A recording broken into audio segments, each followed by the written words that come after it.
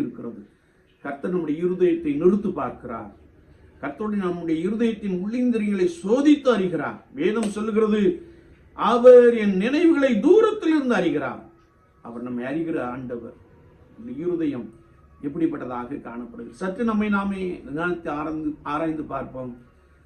ஒருவேளை நம்முடைய இருதயம் திருக்குள்ளதும் கெடுதலுமாய் இருக்குமே என்றால், இருதயமாகிய பலிபீடத்தை ஆண்டவரிடத்தில் கொடுப்போம். ஆண்டவரே, சிலுவையிலே சிந்தின ரத்தத்தினாலே என்னை கழுவி சுத்திகரியும் என்று கேட்போம்.